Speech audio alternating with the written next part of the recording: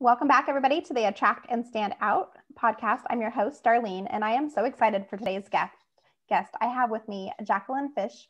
She is an intuitive writing coach and leader of the Write Like a MOFO community. She helps writers make progress on their passion projects and creative business owners sound more human in their writing.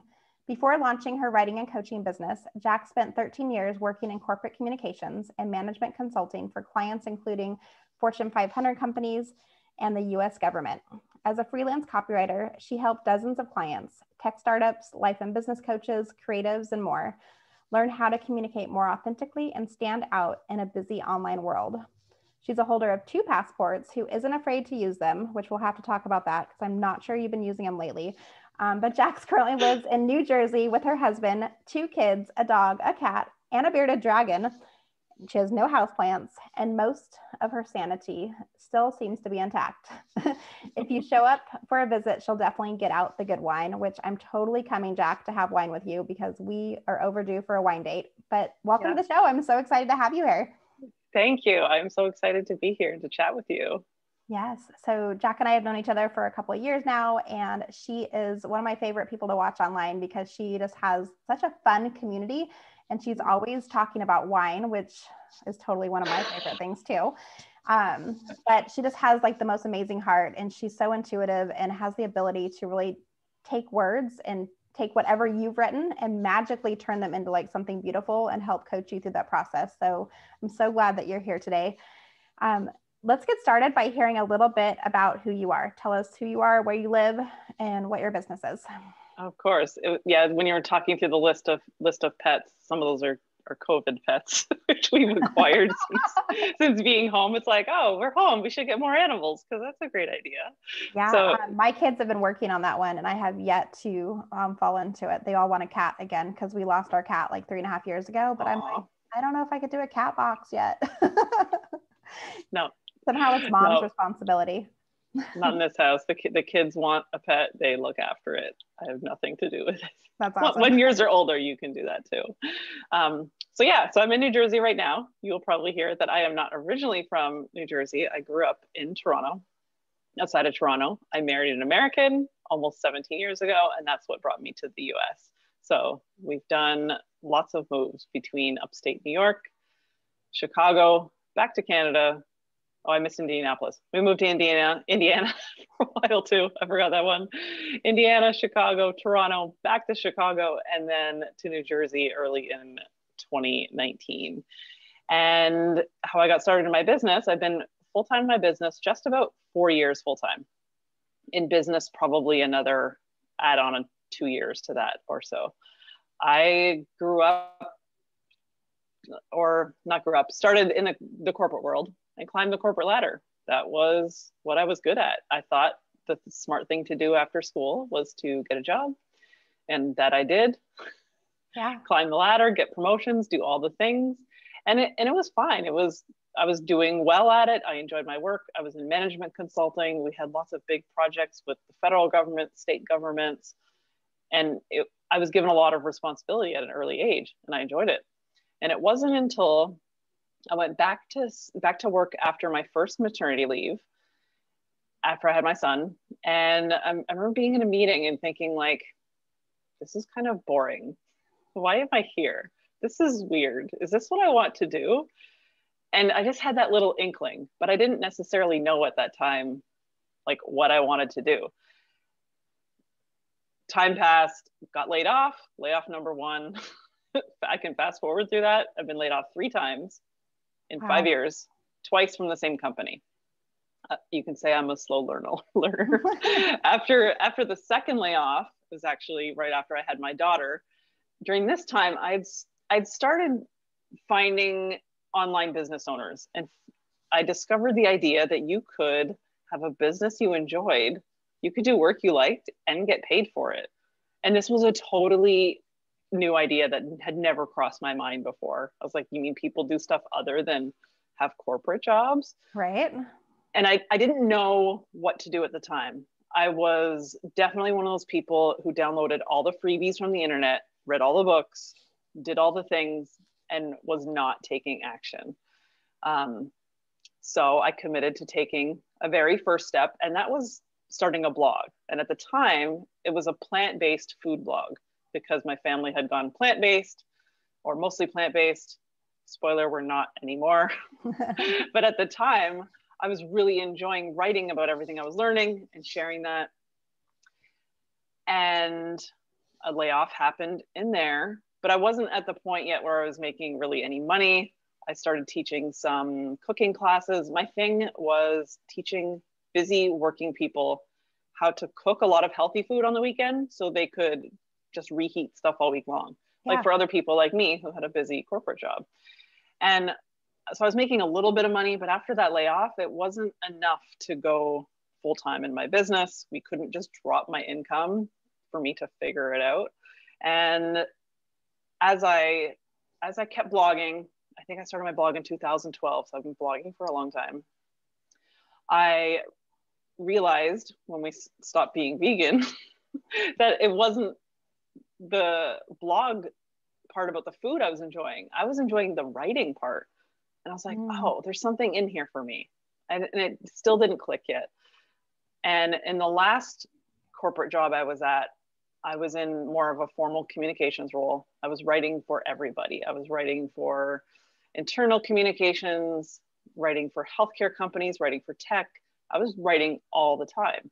And I was also the one that people would often look to when they needed help with like a LinkedIn profile or a proposal. They're like, can you help us write this? And I would drop everything and do it because I loved doing it. That was the easy, effortless, natural work. And then I wondered, maybe I could make a business out of this. So by this time, the kids were a little bit older. I think my oldest was in first grade. So when they were younger, yeah, we did a lot of daycare and all that stuff. So I could go to work. Yeah. And there was a lot, that's just what you did. There was a lot of rushing around, commuting, just to rush back home, throw dinner together, and do it all over again. Like it was wearing on me. I was exhausted. I was not present for my life. I was like missing everything. And I would get home some nights at like 6 or 7 o'clock. And with the kids that young, they go to bed at 7:30. So it was like, here you have 1 hour to eat and go to bed. So initially I created my business so that I could create more time freedom for myself to not have to commute anymore. I tested it out by reaching out to some friends, former colleagues saying, hey, I'm thinking of starting this copywriting business. I'd love to do a little bit of work for you. I offered, I think, 5 hours for free to a handful of people. They took me up on it. I ended up turning some of those people into clients. They sent me referrals and it grew and grew to the point where I was too busy to take on more work because I had a full-time job and this side hustle. And my goal was this was not my goal. This was my husband's like, let's see if you can do it goal, which I was happy to meet that challenge. And I'm not typically that competitive of a person, but he said, if you're making half of your corporate salary in freelance writing work, then it would make sense for you to go full time. And I did it. I did it 3 months in a row. And I was like, okay, let's do this. And the day I quit was like, the first time having quit a job as opposed to only having been laid off in the past. Right. You're like, wait, I get to make the choice here? Yeah, it was awkward. I was like, how do I do it? What do I do? Do I have a phone call? Do I send an email or a text? Like, how do you quit a job? So going into 4 years now, initially my business was freelance writing. I wrote for anyone and everyone, all the industries, all the types of people. I had some corporate clients, and more as I discovered who I really loved to work with and who was getting great results, I realized it was creative business owners. A lot of them are solopreneurs or they have a really small team, and doing more of that. And then since then, I've evolved it into coaching. Because the other thing I discovered in copywriting and doing the bulk of the writing for clients was that the clients who got the best results were the ones who also rolled up their sleeves and got in there with the words and started playing around with them instead of just like, here, give me some word gold and I'm just going to go Yeah. go away and do something else. It was their involvement that really, really stood out. So that's what I was like, oh, there's something in this coaching thing, which has been awesome so far. Yeah. And I love that, because you're right. Like, you're able to use your own voice and share your message in a way that nobody else can do for you. Like, you can tell people what you're thinking and where you'd like to go, and like they can kind of get a feel for your voice. But I totally agree. Like, if you can roll your sleeves up and get in there and do the work with it, like, it's going to attract more people to you quicker, because they're going to feel like they're talking to you when they read your writing, when they hear you speak, if you're on stage or if you're on a podcast. It just sounds more authentic.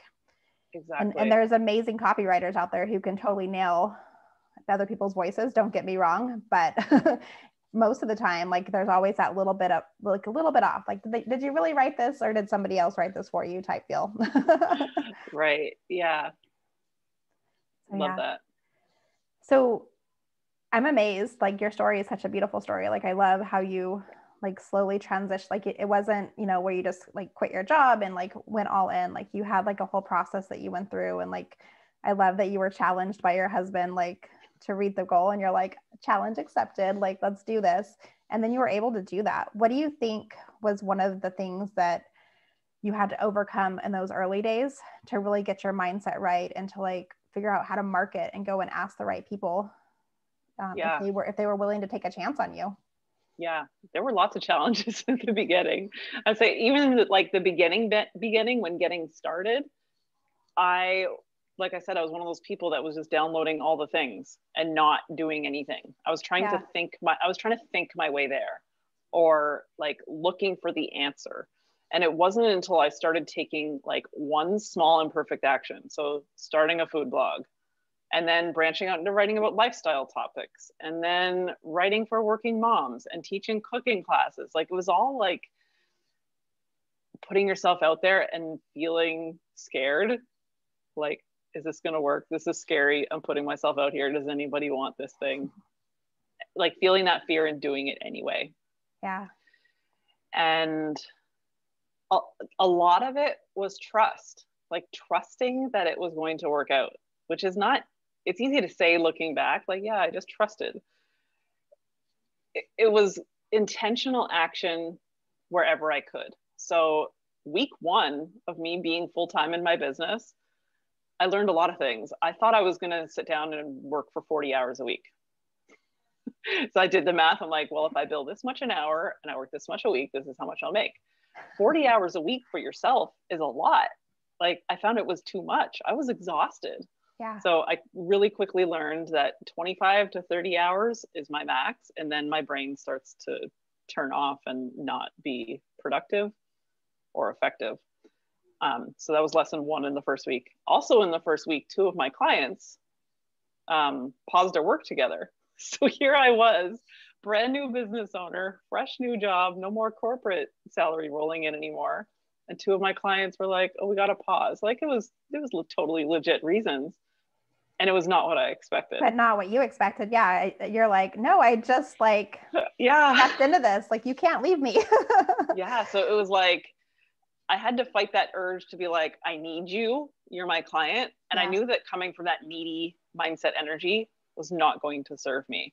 So right away, I acted as if I had clients. So maybe that was a mindset trick in there that I didn't realize at the time before I even knew mindset was a thing. And I focused on being visible. I was in networking groups, reaching out to people who I used to work with, having had a few jobs, being laid off in the past. I'd maintained my network. And it wasn't from a place of like, I want to keep in touch with these people in case I need you kind of thing. I really enjoyed keeping in touch with people. And because we moved so often, I had a pretty significant network. And a lot of it was taking those actions and planting seeds. So even if it wasn't necessarily like, I'm going to send an email and you're going to turn into a client, I would send a handful of emails, say, hey, if you know anyone who needs some copywriting help, I'd love it if you sent them my way. So sometimes that would result in someone sending me someone within a couple of days, or someone who I worked with 10 years ago reaches out, and because they knew what I'm up to, they're like, oh, can you help me update this writing piece? Like, yeah, I can. So it's even if you're busy with clients and busy in your work, also knowing what's coming next. Yes. So that was very early lessons in the very, very early weeks. Yeah, because so many people, they get a couple of clients and they're all excited they have clients and they are focused only on working with those clients, and they forget that they're supposed to be marketing their business still, because when that client leaves, you're back to square one if you stop marketing. Like, you have to continue to fill that pipeline and continue those relationships and have the conversations, so that when one person leaves, you're like, oh, I have a spot open. Let me move you right in over here. But yeah, that's such a common thing that so many of my clients talk about. They're like, oh yeah, I like, they get excited. They're like, oh my gosh, like I got this client that they worked so hard to get in the beginning, right? Yeah. But they're like, oh, I'm supposed to continue networking. It's like, okay, I should do this. Like, what do I do? Yeah. The lesson is definitely marketing all the time, even when you're fully booked. And absolutely. Like, that looks different now. Like right now I'm almost at capacity. I'm still talking about the work I'm doing. I'm sharing about it, just letting people know, hey, this is what I'm up to. This is what I'm doing. As opposed to just like turning off your blog and not showing up online anymore. Cause you're like, oh, I got clients. It's that constant nurturing of your community, so that when a spot does become available, you're like, hey, I have a spot open, or somebody's already reached out, and you can let them know, like, I have a date that you can start here, or I'll keep you on a list. And as soon as something opens up, I'll let you know. But yeah, I think it's so important to nurture and just continue to have those conversations, because you're right. Like, if the well dries up, like, it takes so much more energy, I feel like, too. Like, if you stop doing those things to start getting back in the habit and to start putting yourself out there again, it's like starting from zero again. You're like, okay, how did I used to do this? What did I used to do? Who did I used to talk to? Right. And how did I used to talk about it? Like, how do I talk about my work if I'm not used to talking about it all the time? Absolutely. So tell us a little bit about the types of clients that you're working with then. So I know that you're coaching them and you're helping them in your memberships and different groups like that. Tell us a little bit about what that looks like now. Yeah. So right now I work with people in 3 ways, and some of them interchange, or they go throughout the 3 ways. The first way is one-on-one coaching. So these are creative business owners who are either taking a brick and mortar and going online, which we've seen lots of lately, which is so fun to be able to support people to do that. And they have everything to write. They're basically starting an online business. They might have had a website before, but that website was a business card to get people in their door. Yes. So they need all the things. So they're doing website copy, email, social media presence, a freebie, things like that. And we'll work together. We meet weekly for an hour, and sometimes we'll get on a call and we'll write together. I'll give them the list of things to start writing. They'll take my writing templates, they'll do the writing, I help them make it better. It's designed for anyone who has a huge volume of copy to get through in a relatively short time, or they're just trying to figure out their voice in general. So they're also perhaps starting a blog or starting a podcast, and they want some help. They want a second set of eyes on their work as they get going. Typically those coaching clients I work with for about 3 months or so, and then they might go into either our co-writing community or the coaching community. So that's all under the Write Like a MOFO writing community, which started as a fun experiment. And now it's turned into a great portion of my business, and one of the most fun things I get to do every day. So there's group coaching. So we hop on like a writing marathon that are 3 hours long. We all come on there, declare what they're going to work on. People start writing. They're all business owners in there. And then when they want a copy check or a quick eyes on their whatever they've written, we pull up their doc, we look at it, and we talk through it together. So it's a small group where everyone applies to get in for the coaching community, and everyone's learning from each other. So you're hearing questions like, if you are working on a sales page and someone else is working on their about page and hasn't gotten there yet, you're hearing all these things that you're like, okay, like when I get there, I'm going to need to think about this too. And it's the learning that happens in groups, because not everyone knows what questions to ask. Like The saying, you don't know what you don't know, is Exactly. true. And groups really help that.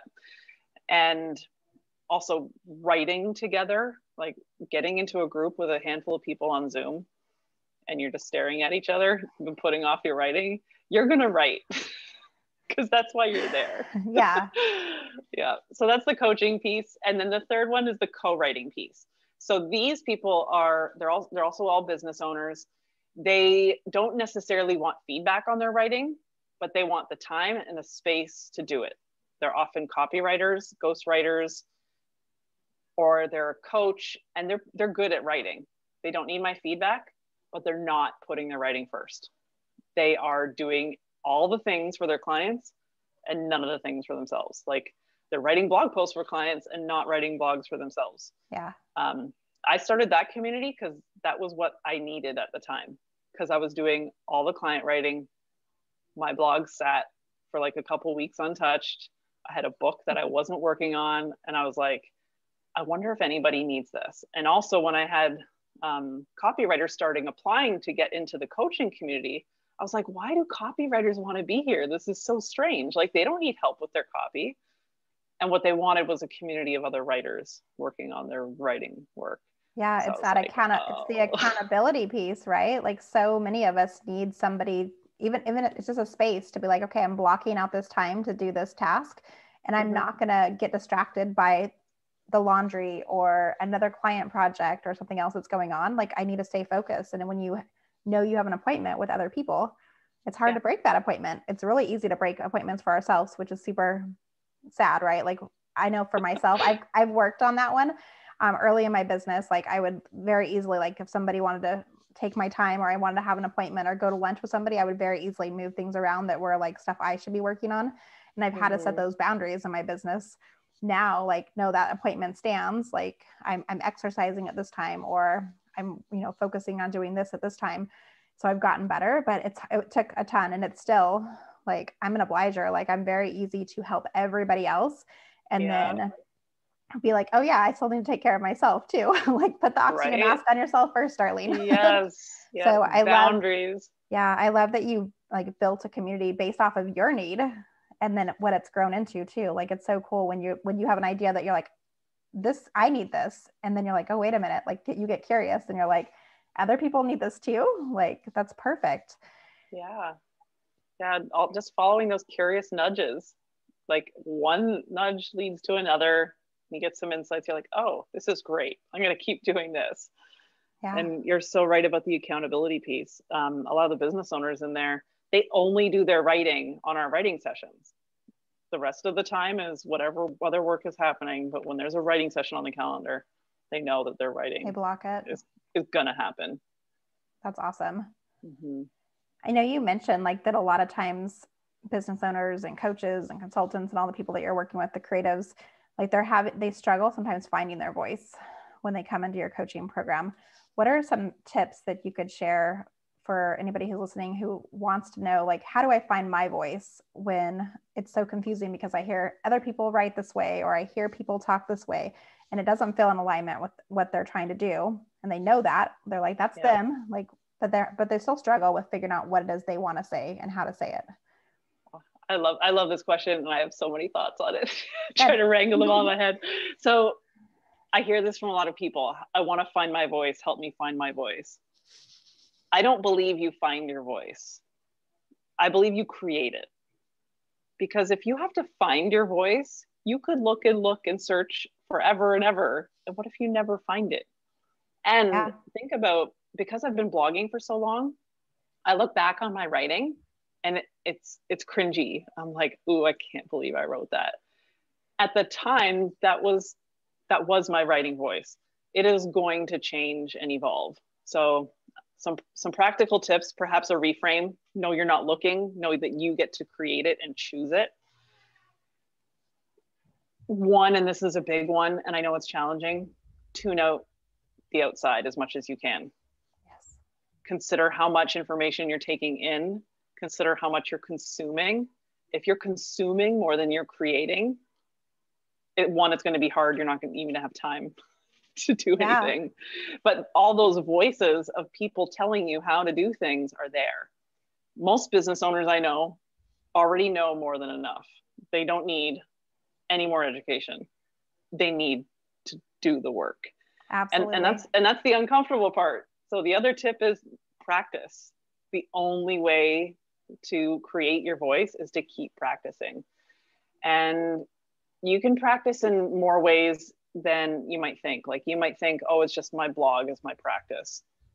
It goes beyond that. Even emails back and forth to potential clients, emails if you're pitching podcasts, emails to a potential person you're looking to hire on your team, like thinking about all the ways you communicate.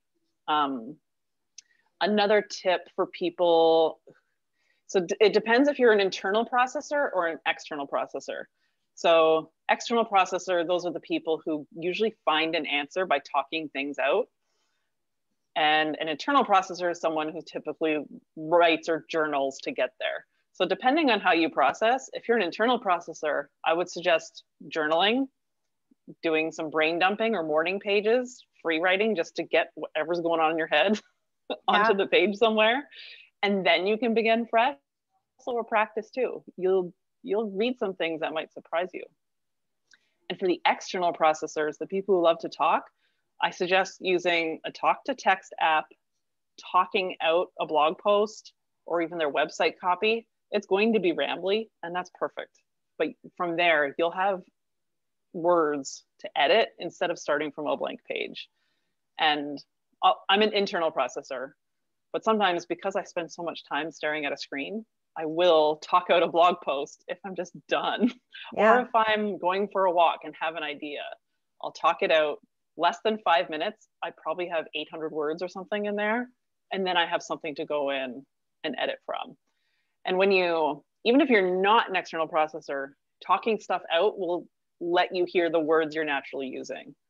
And you can pick up on that. And that will also help you write with a conversational tone. And it'll feel more natural to you when you look at it that way. So that was a lot. No, those were, I have lots of thoughts on that. Yeah, those are great tips. And it made me curious. I feel like I'm like in between internal and external, because depending on what's going on, like I love to journal. I try to journal every morning, even if it's just for like 5 minutes, just to like clear my mind and get like whatever's stuck in there out. But I do what you shared. Like if I'm on a walk, sometimes it doesn't happen too often, especially since COVID's hit, but usually I have kids with me, so I can't think at all during that process. But when I'm going for a walk, if it's just me and my dog, like sometimes I'll turn on my voice to text and just start talking to my notes on my phone. Mm-hmm. And I take those ideas, like you said, and just like turn them into whatever it needs to be. Because sometimes especially when I'm sitting at my desk for too long, or if I have too much stuff going on and I just can't concentrate, if I just get up and move a little bit or change the scenery, that's when usually my mind will start creating stuff. Yeah. So, or it's like when I'm taking a shower, when it's like the hardest place to take. I'm like, everybody has ideas in the shower. I love that. And it sounds like you found a rhythm for however you're going to do your work. Yeah.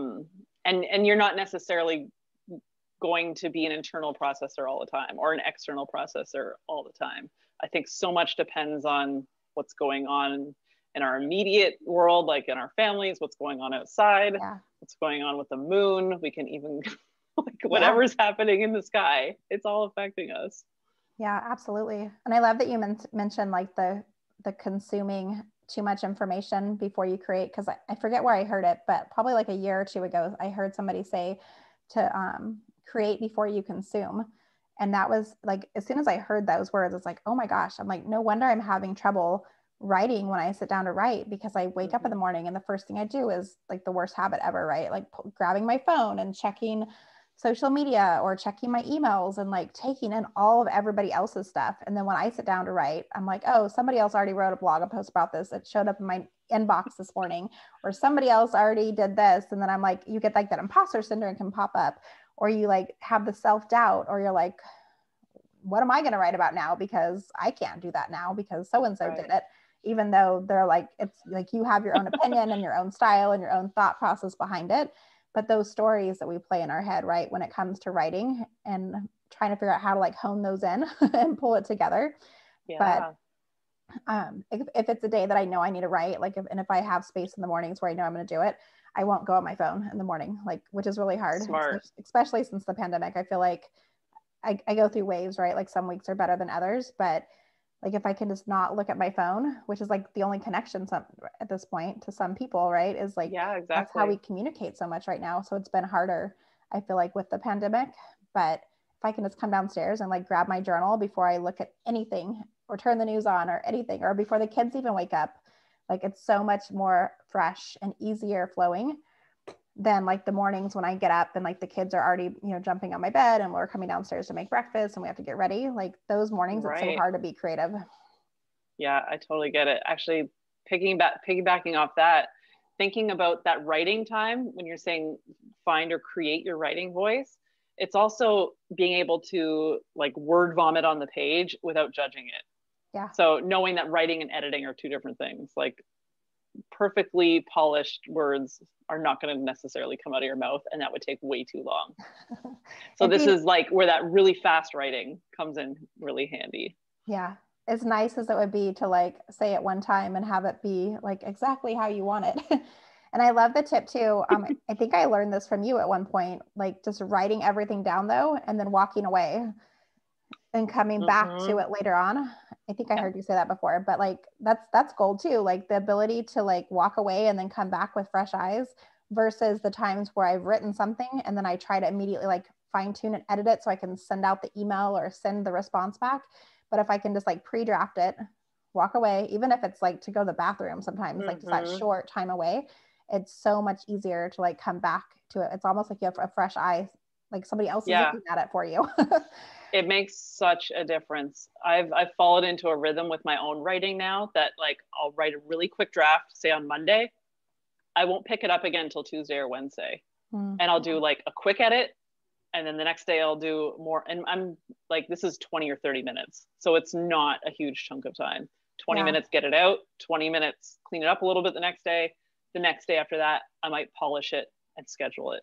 Yeah. So it's like touching it a little bit. It's so much easier. It's funny that you said that because I've been doing that as well, not knowing that I've been doing that. But with the schedule change, like with the kids being home and everything now, Mondays are usually like my office day. Like I usually try to like create some content, look at my finances. Like I call it like my money CEO day. Like I can like do whatever I want to do as a CEO. I don't usually take client calls or do too much on Mondays. And I've been writing, like, even if it's just like finding like the titles to blogs, and then like making some bullet points to it and just like getting like the super framework of my post. And then on Tuesday, like writing whatever needs to like be filled into it, because I send my newsletters out every Wednesday. So it gives me the chance to like not have to sit down and feel like, okay, I have to sit down, write it, edit it, upload it to the newsletter, do like all those things and all those pieces. Like it's so much easier just to be like, okay, I'm gonna do a little bit today and then I'll come back to it and then it's ready to go. And it doesn't take as much like brain space when I do it that way. So I'm glad that you're doing that too. I feel really smart now with my writing. You are really smart with your writing. There's something else in there that's really cool, because you're not forcing it out and trying to get the words out because like I have to get something out because it's my newsletter. I think your readers feel that. Your readers can detect it in there when it's like I'm just saying something for the sake of saying something, as opposed to something you're writing because you care about or you are excited about. Yeah. And there's nothing worse than like not knowing what to write and then feeling like you have to send something anyways. Like I would rather just not send an email that week. If it's that hard, like, and what's nice, like I love like being interviewed on other people's podcasts or being featured on somebody else's like blog or something where you can share those content. I love when those weeks show up and you're like, oh, I don't have to like think of anything this week because it's been a hard week and like life's happened and I'm exhausted. I don't want to write anything. And you're like, oh, I have something else that I can repurpose that's just as valuable and it's already created and it was created in a totally different space at a different time. And you can share that in those spaces as well. So I love that I've like found that as like a repurposing way to like share content as well and not feel like I have to be the one creating it every single week. Like I can repurpose those other avenues as well, which is why I love podcasting now, like for my own show, but I love being featured on other people's shows too, because now it's my audience gets to hear me in a different light with different questions and different viewpoints and different, conversations. And we say things we don't even know we say sometimes, I feel like on podcasts too. It's very like, true. I listen back sometimes and I'm like, oh, I was like, that's good. I'm like, where did that come from? I'm like, I could write a blog post about that. And then you have new content from that too. Exactly. Yeah. I love that you touched on repurposing. So smart. Podcast interviews, taking podcasts, turning them into, you can take any interview and probably chunk it into a handful of blog posts. Oh yeah, absolutely. With the transcripts. It's like say it once, promote it 10 times, or find 10 other ways to say it.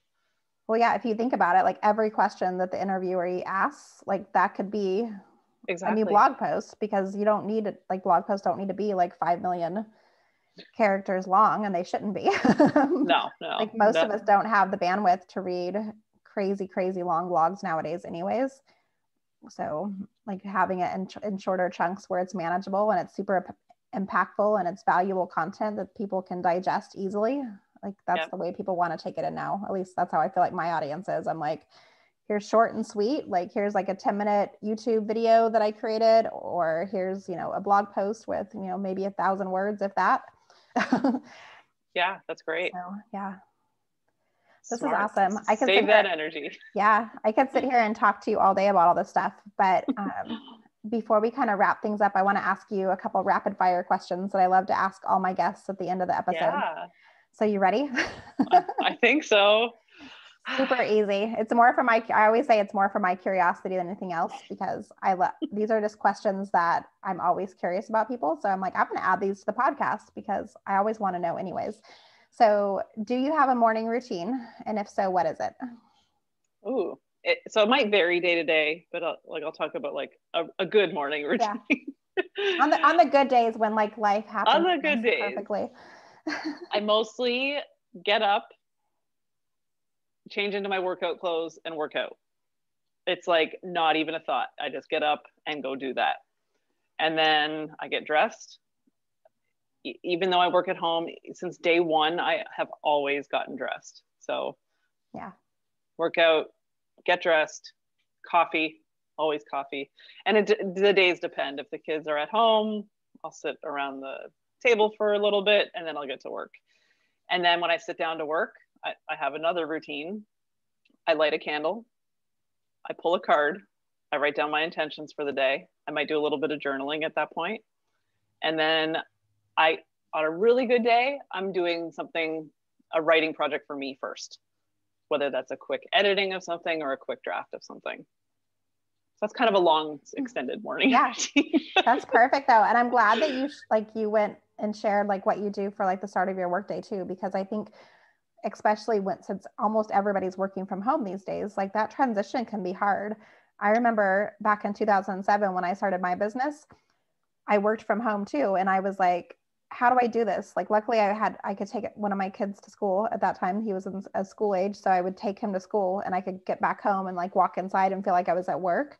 But there was other points where that wasn't happening. I was staying home in the morning and somebody joked, they're like, well, just go get in the car and drive around the block. And I was like, I don't know if that's going to work for me, but I like the idea of it. And now even like before COVID hit, I would, if I like taking the kids to school or if I could walk the kids to school, like if the weather was nice, like that, like 15 minutes, probably more like 10-minute walk back home was like absolutely what I needed to like reset my energy. Like I'm going from mom mode and now I'm focused on my work stuff. And then I could create space. And I even started building in, it wasn't perfect, but last year my youngest was in kindergarten. And so I only had like a 2.5 hour time frame where I really could work completely in silence with no distractions whatsoever. Oh, that's tough. But I would try to stop 5 minutes before I had to leave to go pick him up and just like allow space for that transition, because I found that I was working up to the last second and then racing to the school to pick him up. And it was just exhausting me. It was like, I was on that like go fast pace. So I built in like that 5 minutes, like, okay, I have 5 minutes until it's time to leave. Like I'd get up and like do a couple things around the house or, just not rush, I think was all that was important to that. And it made such a difference in like how my day would be set up and how I was transitioning from, mom life to work life, and then from work life back to mom life. Yeah, I love that. And that is so smart on the other end too, to add that 5 minutes before you do something. I typically go at the end of the day, I go to the kitchen and it's like touching food and chopping things is That's my like that's next stage is happening. Yeah, that's my transition in the afternoon too. It's like, okay, I'm done with work. Now it's time to go make dinner. It's time to prep and chop and do all the fun stuff because we eat at home pretty much almost every night. So, and I'm usually the one that cooks. My husband's like the weekend barbecue master, but during the week it's usually me. I say it's either me or it's takeout. That's how it works around here. Takeout sounds amazing actually tonight. That's what the family wanted because it's raining here. They're like, it's raining, we should get takeout. I'm like, that doesn't make any sense. You're like, but yes, let's let somebody else drive in the rain, not me. Yeah, it's funny. That's awesome. All right, so my next question for you is, who has made the biggest impact in your life? Like, who's your biggest influencer? Oh, wow. This is tricky. There's been like so many. I wouldn't even know where to start. Just your first that pops to mind. The first that pops to mind is more recent. And it was my coach. So I've always kind of been like, I can do it all myself. I don't need help. I can like do everything. Until I worked with a coach, specifically, she's an NLP coach, neuro-linguistic programming. It's taught me so much. I thought I was already like a pretty positive person that got stuff done. But until I went into the depths of my unconscious mind with her, did I realize how much is in there that if I can let some of that stuff go, everything else is so much easier.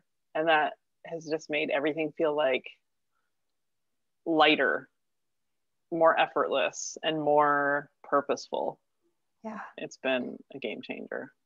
Yeah, I can imagine. I have never worked with an NLP coach before, but the mind holds on to so many different things that I don't even like, the subconscious mind versus the conscious. Like, it's mind blowing. Mm-hmm. Like just a little bit of research that I've done on that type of stuff. And I can't imagine what's going on in my head or yours, like on any given day. Like, we're busy people as entrepreneurs and moms, and we all have, life happens from childhood all the way through adulthood, like all those different things and the stories that we tell ourselves and the things that we don't even know that are impacting us. Mm-hmm. Are fun to to see what comes out from there. Yeah, there's stuff in there that you don't even necessarily remember consciously that you saw, heard, or felt somewhere, and that could be affecting like everything. Yeah. And it's like, oh, that little thing in there, okay, let's get rid of that. Yeah. And it's funny because they're obviously like the big traumas are easy to remember, and like you know what those are, but those little traumas, that something that somebody said to you or something that happened that like they don't come up in your day-to-day thoughts. Yeah. Like what can transpire from that. So that's interesting. Mm-hmm. We'll have to talk about that more later. Yes, definitely. And then second from last question, what's your happy spot? Like when you need to reset and recharge and just like take a fresh look at life, like where do you like to go or what do you like to do? The beach. I knew you were going to say that. Beach. I know. I love the beach. And I'm like, so yeah, I've mentioned we moved to New Jersey over a year ago. So being 10 minutes from the beach is like, I can go look at the ocean, which is amazing. So, I mean, even if I lived on a lake, I would go to the lake. So yeah, I think it's water. Being near a body of water is like a reset. Feet in the sand, which is not happening so much anymore because it's November right now. Yeah, a little cold. You should come see me in Southern California because it's cooler, but it's not too bad. Like I feel like you could go to the beach with like a sweatshirt on and be okay. I will come and I will bring wine. Perfect. We can sit on the beach. It's a date. And then my last question for you is, if I could give you a ticket, which I know is super hard right now, this is like the weirdest question to ask during a pandemic, but if I could give you a ticket to fly you anywhere in the world, where would you go and why? Paris. Because I love Paris so much. I've been once.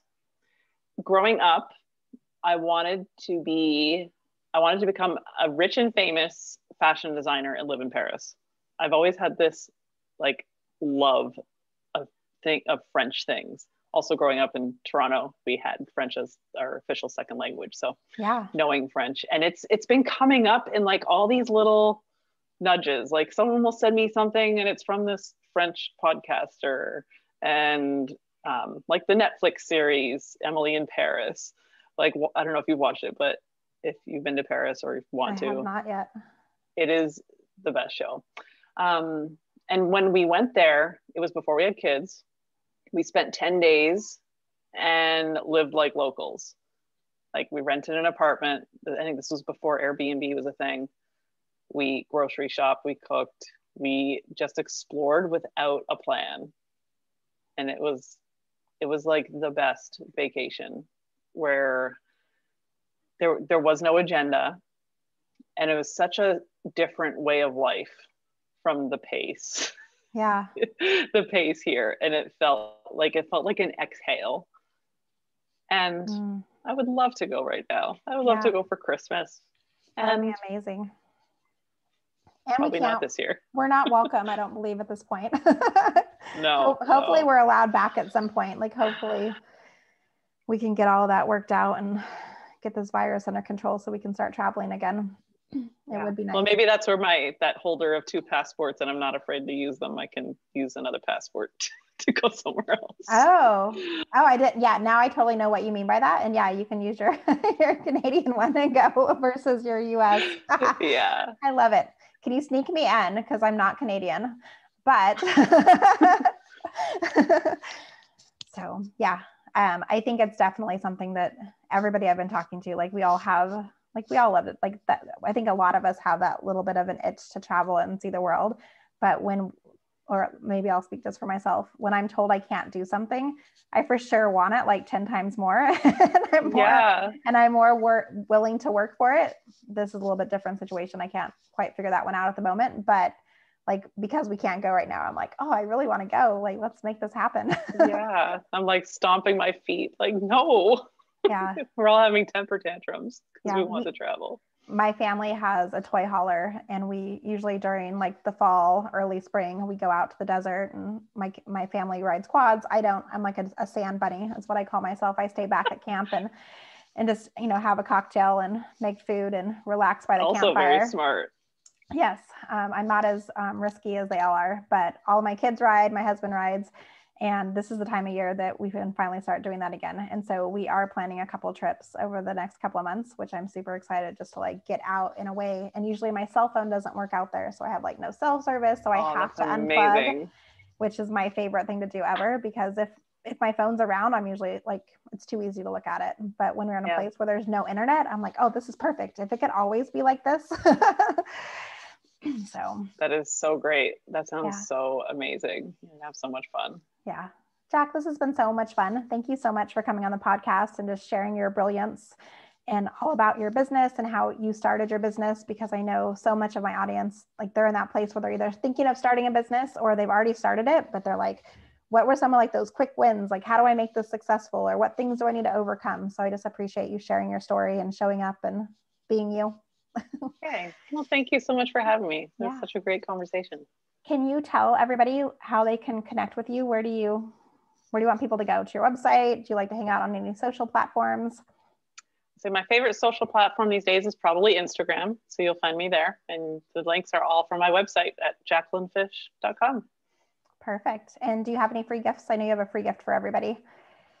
I have some choices. So I kind of broke all the rules when it comes to freebies on your freebie page, but mine are actually free. So you don't need to give me your email address. I only want an email address if you really want to share it. Yeah. So 2 things I really think you'll like are the unfussy pitch. So this is like the quick and easy way to describe who you are and what you do, and the website copy pat down. So think back to when we were traveling and the TSA would pat us down. This is like a gentle, nicer pat down than what the TSA would do. Not as rough and risque. No. And no rubber gloves. And so in there, I describe the order that I suggest writing your website copy in or updating it. And there's a purpose to that. Awesome. Yes. Go check it out. Go visit her website, stock all of her amazing, free, valuable content. Jacq has so much to offer, and I know you guys will get so much from it. Thank you so much, Jacq. Thank you. All right, guys, that's a wrap with the Attract and Stand Out podcast. I will see you next week. Until then.